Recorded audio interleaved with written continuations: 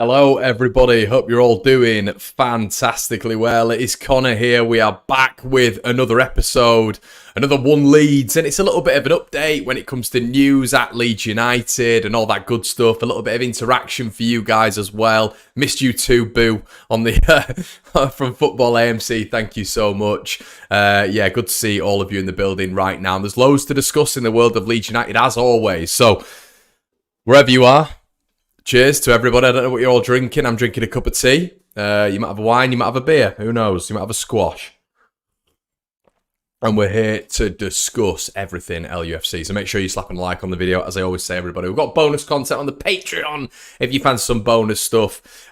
Also, did a video a little bit earlier on discussing everything from Joe Gelhardt to Willian Yonto. So we've got other things to discuss. David saying my hair looks better. Well, thank you so much, David. Nige D says top quality content. Thanks, pal. If Joe Rodon's is a Rolls Royce, what cars are the rest of the team? Jesus, that's an episode in itself, my friend. It is definitely an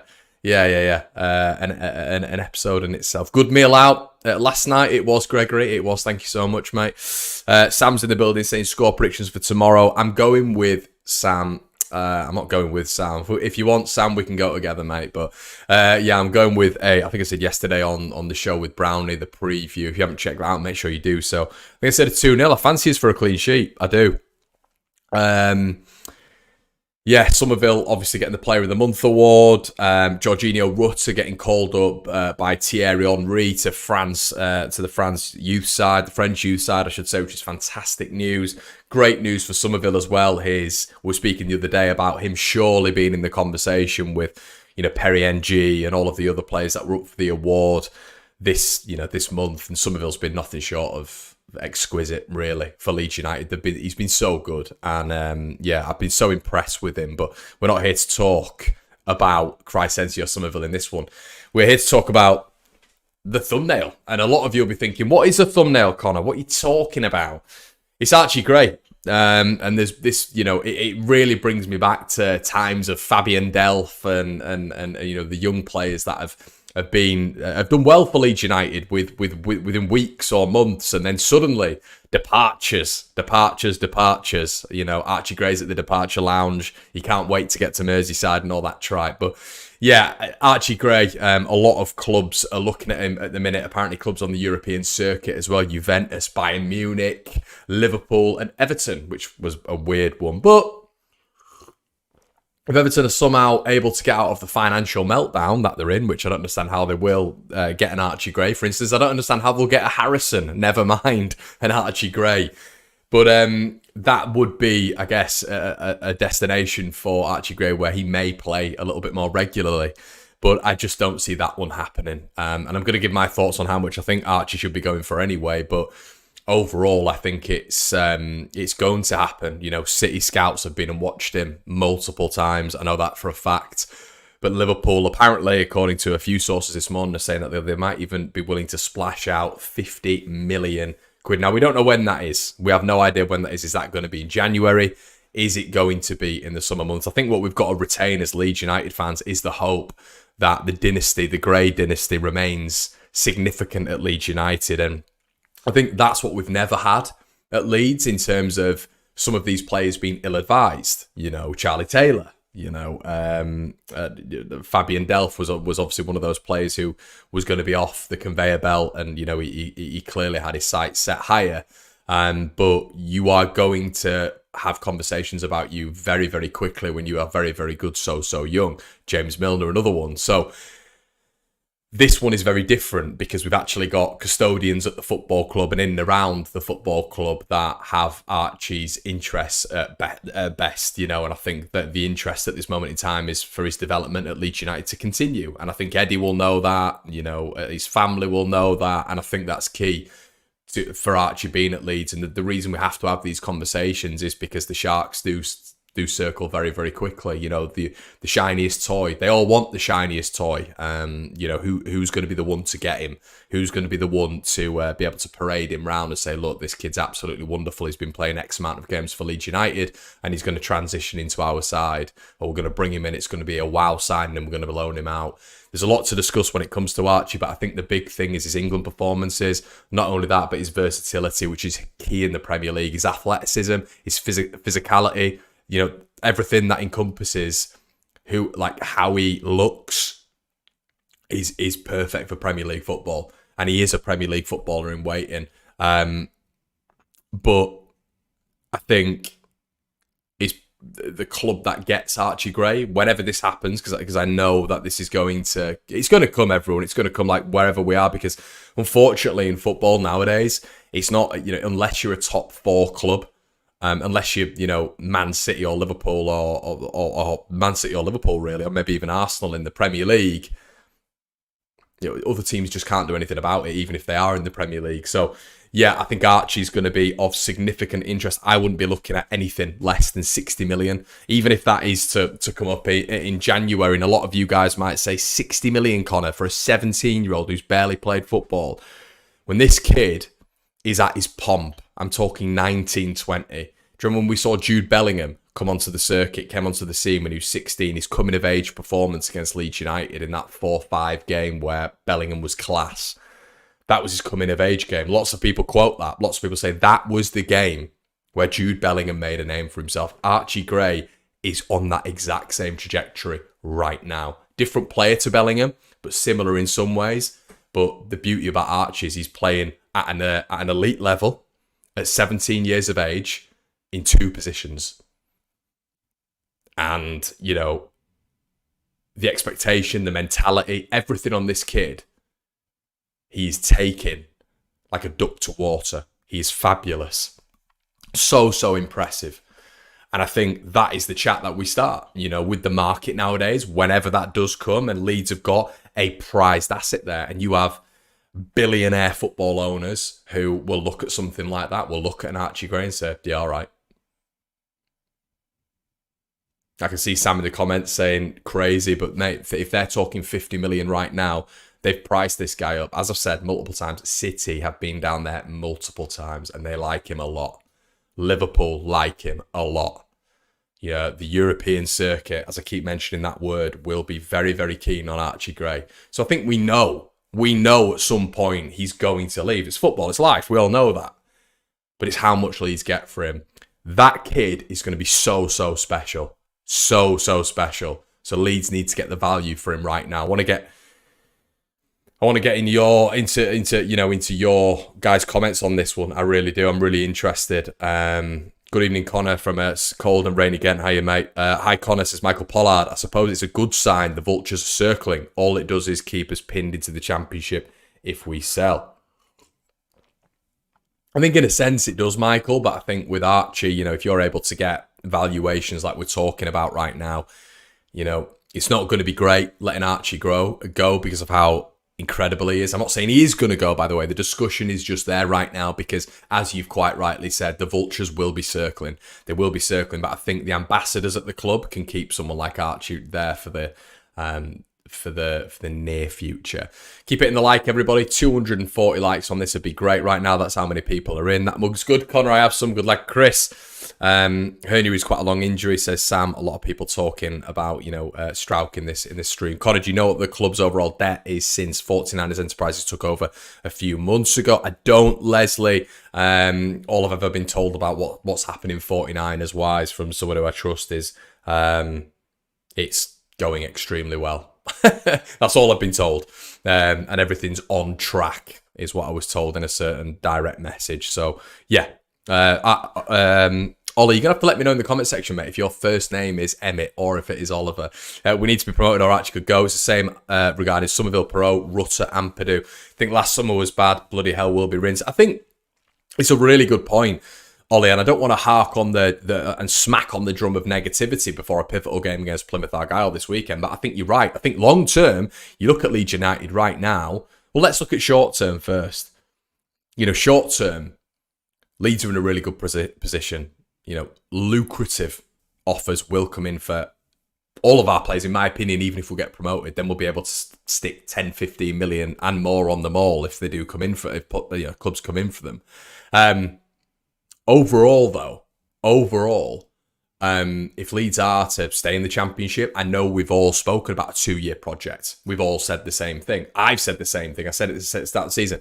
I was saying, if Leeds aren't finishing in the, if we're not going up to the Premier League, it's a 2-year project, and I don't mind that. But as Ollie says, it's always going to be a selling job. You're always going to lose your Somervilles, your Nontos, your Rutters. They're all they will, in my opinion, leave the club if we are to maintain the Championship. And that's why it's so important. And that's why the pressure cooker is always on at Leeds United. It's always dialed right the way up, because we are a club that attracts a lot of attention. A lot of attention. And our players attract a lot of attention, not only because of the performances, but also the club that they're at. Leeds make a lot of noise. And when one of our players is doing well, that makes a lot of noise. So yeah, it's going to be fantastic, interesting, I should say, to see how it goes. George says having Eddie there will help. As we're looking at Calvin's career at City, he'll stay. I'm not worried at all. Yeah, George, I think it's a good point. I honestly believe that as well. I think he's got a lot of good people around him. His mum, his 2 brothers, obviously his dad. Andy, Frank, Eddie, he's got a lot of Leeds-based people around him. I think a lot of them are based in Harrogate as well. They'll love the area. They've grown up here and all this sort of stuff. Money does talk, but I think money will talk with Archie at a certain age. And I keep mentioning Jude Bellingham, but the comparisons I just think are there. I really do. I think the comparisons with Bellingham are there. Making your name in the Championship at such a young age. Getting touted by a lot of big clubs following you from a young age, and then you making a smart move, and I think that's what Archie will do. I think he's got really good people around him, and Bellingham has got very, very good people around him, very close family. I think his dad's his agent as well, Jude Bellingham, and I can just see Archie doing something really, really similar. But for now, even with all the noise that started today, which I just find interesting, suddenly it started building momentum a little bit with Archie. I just find it really... there's no smoke without fire, but I am of the understanding. Well, I believe that he's going to stick at Leeds for a decent period of time. Evening, Connor. Hope you're doing all right. Hey, Benji. Hope you're all good, mate. He's going nowhere. Says Kevin. He's a great dynasty. Steve's in the building. I love this channel. I'm not even a Leeds fan, but it's just so informed. Really like it. Will follow the progress of a Leeds United fan from now. Thanks, Steve. That's a lovely comment, mate. I really appreciate that. Emmett is the first name. Thanks, Connor. Sorry, Emmett. There we go. Lovely listen whilst I drive up from the south. All Leeds aren't we, says Stephen. Thank you, my mate. I agree, Connor, says Rory. I reckon he'll want to develop his career at Leeds and likely head off in the years to come. Phillips 2.0. I agree, mate. And I think keeping hold of him will be absolutely pivotal for Leeds this season, because I think he's quality. Okay, a little bit of news on the circuit. Again, I'm loving that word today, aren't I? Circuit. Permanent Leeds United player exit looking likely. And I want to get your guys' thoughts on this. Are any of us bothered about Robin Koch? Is anyone bothered? Is anyone bothered about any of the loanees that have left? I mean, I've obviously banged on the drum once again of Mark Rocker for ages and ages and ages. But I mentioned the other night, if he wasn't to come back, would I be bothered? No. Because I'm now about the spirit of the club. And the spirit of the club's very, very good. The mentality of the club's excellent. The quality of the player at this level in particular. And I think we could transition a lot of these players to the Premier League. Premier League style is decent. Championship level is excellent.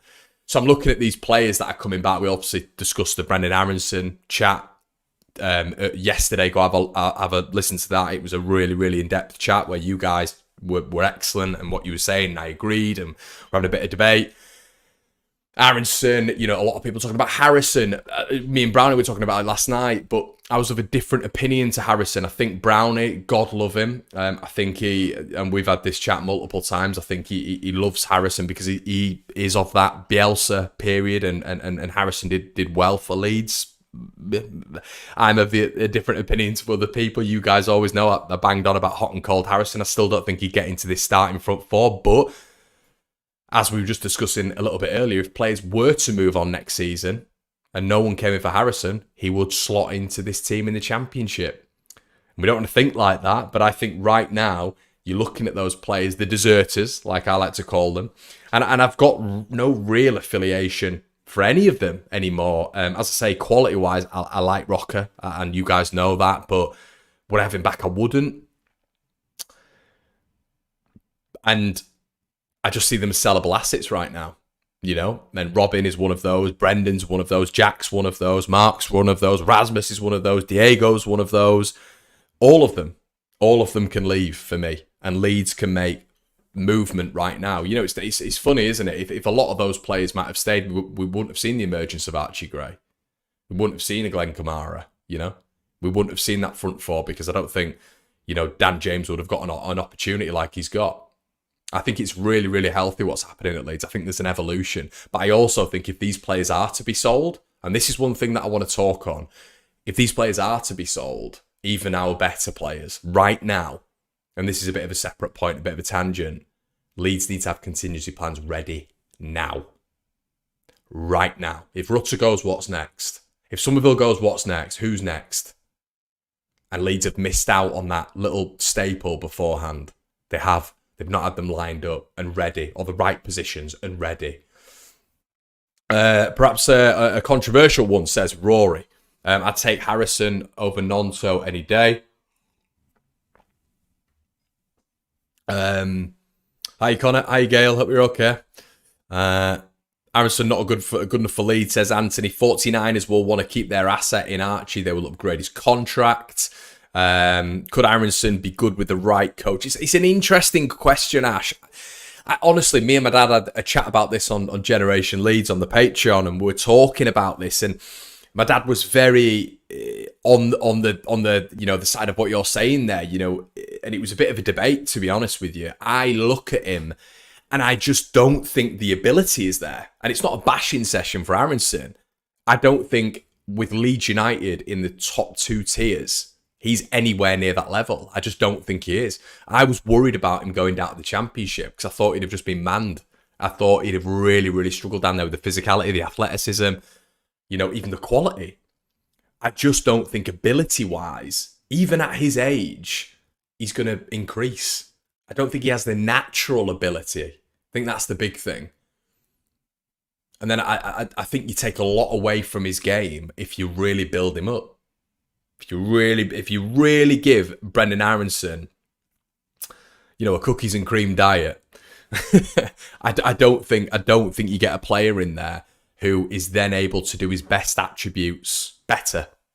Running around, being the fittest player on the pitch, pressing. He's an archetype ready-made for the Red Bull system, a narrow Red Bull system. And I think essentially if Leeds are to pitch Brendan Aronson out anywhere, it's to those RB sides. Because he's perfect for them.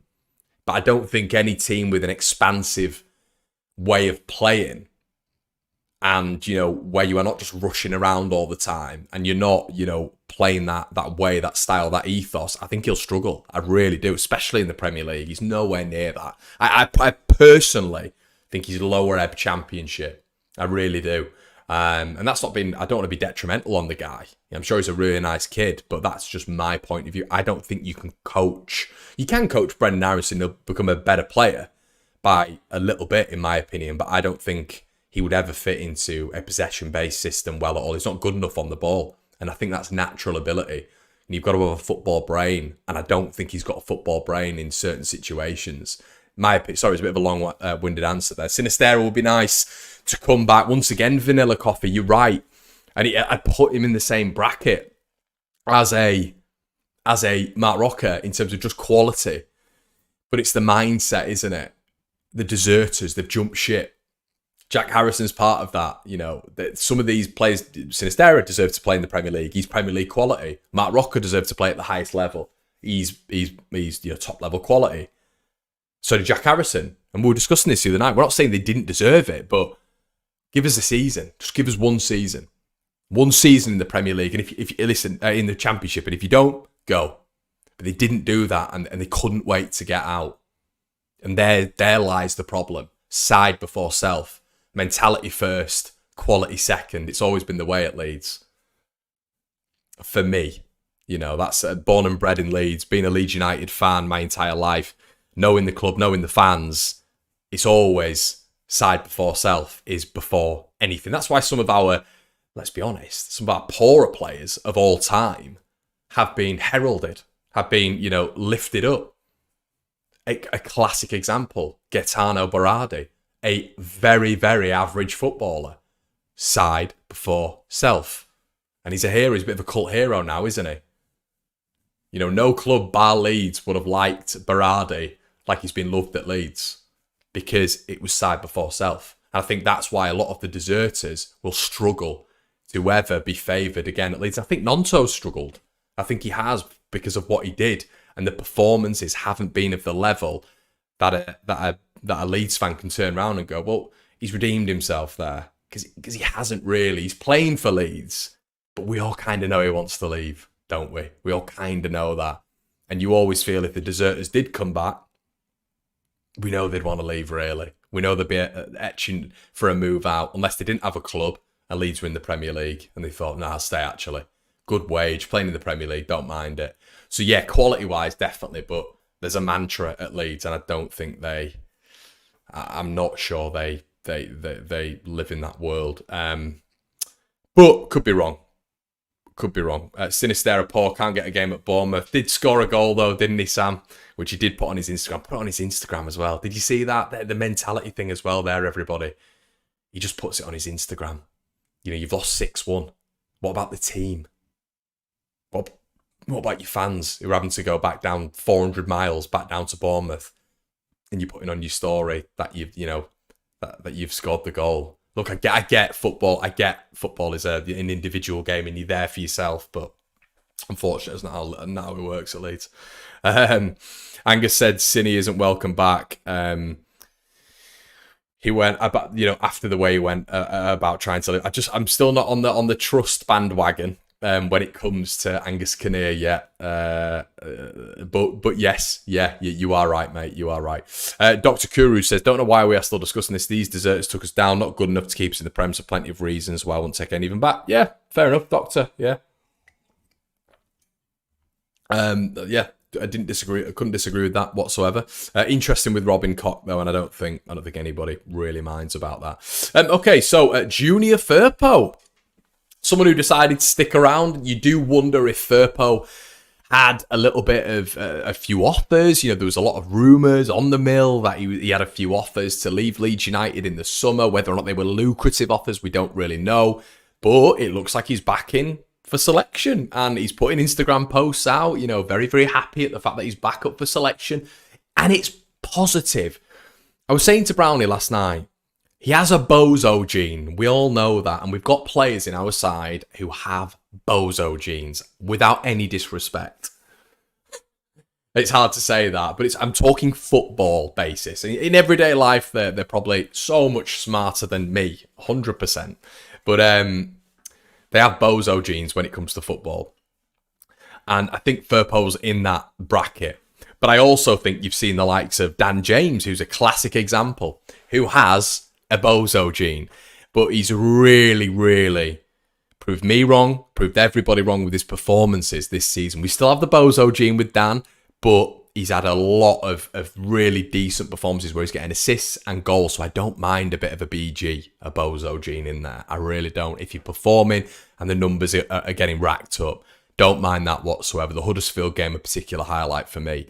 But I'm fascinated with a capital F to see if Firpo can thrive in the Championship. Can Junior Firpo thrive in the Championship? Because Dan James was getting chewed up and spat out in the Premier League.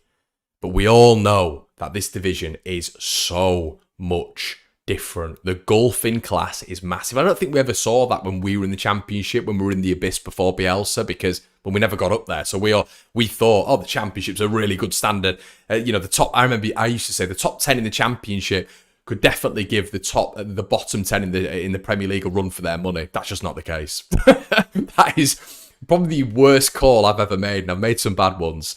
But the difference is so vast that you look at Junior Firpo, and he has got the BGs, but at this level, he may be all right. He genuinely may be all right. Now, on my Patreon video yesterday, I went through 3 transfers that I want Leeds to go for in January. They're realistic, price-wise, and quality. On my Patreon, go check that out if you guys fancy it. Link will be in the description below. But I spoke about certain players that I would bring in, but I avoided a left-back, which is massive for me. As you guys know, I was hammering that drum for a left-back. But I look at Byram and I'm thinking, you're another one who's proved me wrong. You get mauled in the Prem, in my opinion. Sam Byram, I think he'd really struggle in the Prem because the wingers in the Prem are the best players in the world. But in the Championship, he's been really good. He's been solid. But if he is injured, is Junior Firpo coming in as a second left back? Is that a problem? Let's not beat around the bush. You know, GG Rutter, as Oscar likes to call him, wasn't of that level in the Premier League, and we knew Rutter had a lot. We knew the ability was there, but a lot of people didn't.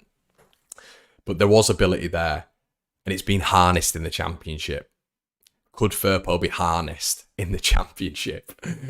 So I didn't put a left back in there in my transfer. So it's going to be really interesting to see if you had a balance of an actual left back at left back, Spence on the other side, Rodon, Strauch in the middle. That could be saucy. Really, really saucy. Need Spence to get involved now. Farker is in charge. You can spark it out of anyone. Thought it might be Twitter BS, but the official Liverpool website are reporting they're preparing a £40 million. Is that right? Is that right, Glove? Interesting.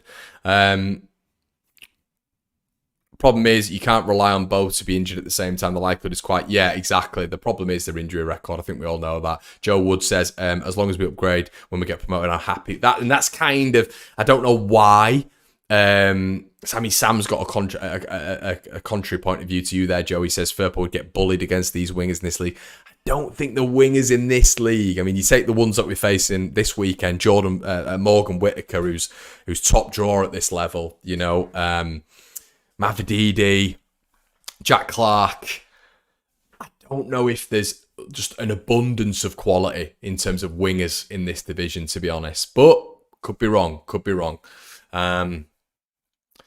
Why would he leave with such a family connection? His bro being part of the U team. It's not all about money, as seen in the past. I think that's referring to Archie Gray. I hope you're right there. Andrew, and I believe that. I do believe that as well. Jacob's in the building saying that Firpo doesn't deserve a second chance. Very, very interesting. And finally, everybody, I wanted to just talk about Leicester this weekend. I wanted to talk about Ipswich. It's a massive weekend for Leeds United. Massive weekend.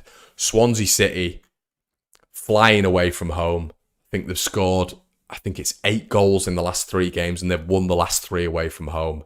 Swansea are on form all of a sudden. Away from home. Swansea have always been a good team at this level as well. They're a very technical side. You know, they always seem to hire a very similar style of manager. Michael Duff in charge there as well. Seems to be getting a tune out of them now, whereas at the start of the season it was a little bit lax. Ipswich. Swansea travel to Ipswich. Massive, massive game. Leicester City away at Middlesbrough. Huge game. So 2 really, really tough games for the teams in front of us there. We've got to do our job. Get the win at home. No complications. And regardless of the outcomes of the rest, keep that momentum going. 6 wins in 7. And we go on to the international break with Rotherham the first game back after that. Big weekend for Leeds United, everyone. Massive weekend. Can we close the gap? Let me know in the comment section below. Guys, it's been an absolute pleasure. We'll be doing a watch-along tomorrow. If you want to come round, watch the watch-along, make sure you do so. We'll be doing a post-match. We'll be doing the 3 things you've learned, up in the content on the channel. If you want to head on over to the Patreon, we'll do a transfer video. Please do that. Generation Leeds will be popping on there very, very soon as well. Post-match day, we're going to be back with the debrief. It's all kicking off on One Leeds. Guys, it's been an absolute pleasure, and thank you for stopping by on this Friday evening. Make sure you share this to all your family and friends if you want to do so. And I'll catch you in a bit. Cheers.